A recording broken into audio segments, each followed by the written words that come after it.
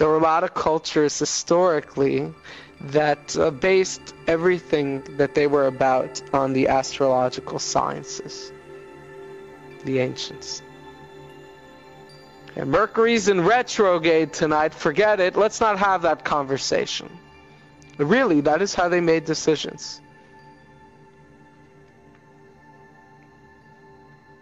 And it sounds funny. There are people in society who do react this way, but it sounds funny. We do have, in schools especially, when we bring up children, in schools, the child carries the imprisonment of perception year to year. Can't break free and feels helpless to break free from it anyway. There are rubrics that people buy into that limit, that diminish them and compartmentalize them into little squares, and they're in that box and that's what they are, and it gets broadcast so loud until they begin to believe it, and they don't have a chance. They're just a statistic.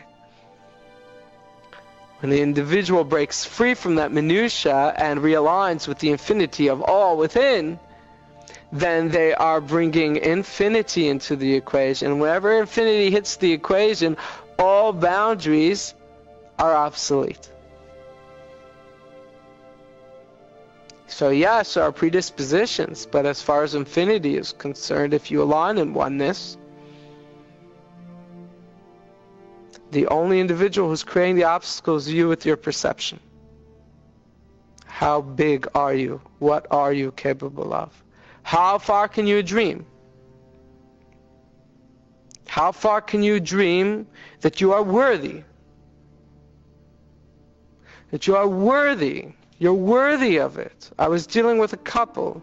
They were struggling with each other, and I said to them, I said, say to your wife that you are worthy of love. Say it.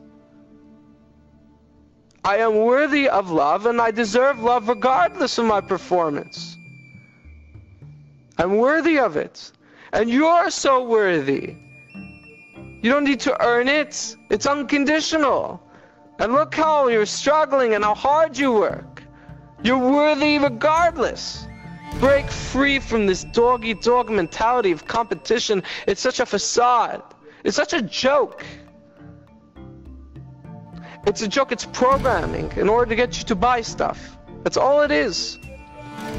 Like the whole Olympics. Like, does anybody really believe, other than the fact that in certain countries like Jamaica people are very fast, but does anybody believe that this is competition?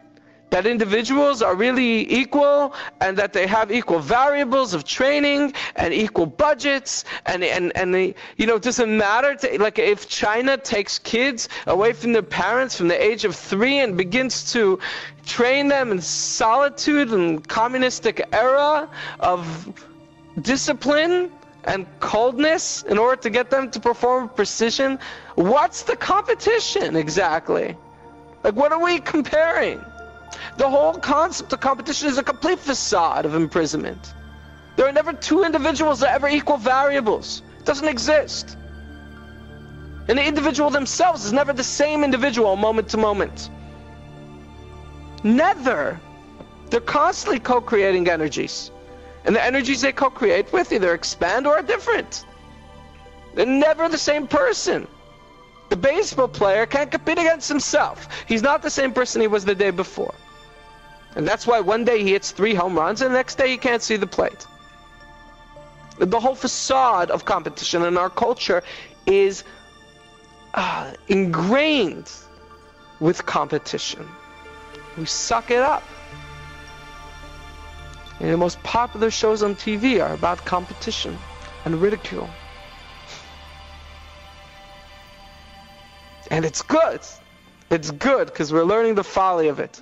We're learning the folly and how silly and how small. And it gets more and more and more extreme and more comical till we see how bitter we are. And we want to play God. We want to stand and watch a screen and judge and say, ha, you are so small. Why? Because you perceive God as being beyond you. and judging you all the time and saying how small you are. So you're playing out that drama. And you say, I feel so good at night ridiculing this person and seeing how their cameras on them 24 hours a day and how small a human being can become under pressure. It feels so good because I'm so small and I see that they are smaller. And as oppressed as I am, that individual's a disaster. It makes me feel better. And this is the culture that we're in, of bondage. It's called abuse. When a wife is in an abusive marriage and gets horribly treated each evening, and the police come and she says nothing happened because I'm addicted to the abuse. And there is much shame in our world, for our world is built upon competition, which is a facade. There's no such thing as competition. You can never get two variables that are exactly the same. There are never two athletes that are exactly the same. You're not even comparing anything. It's so silly. It's just a way to pass the time. But it's not, it's trivial. You can only compete with yourself, and even if you compete with yourself, it's not the same self.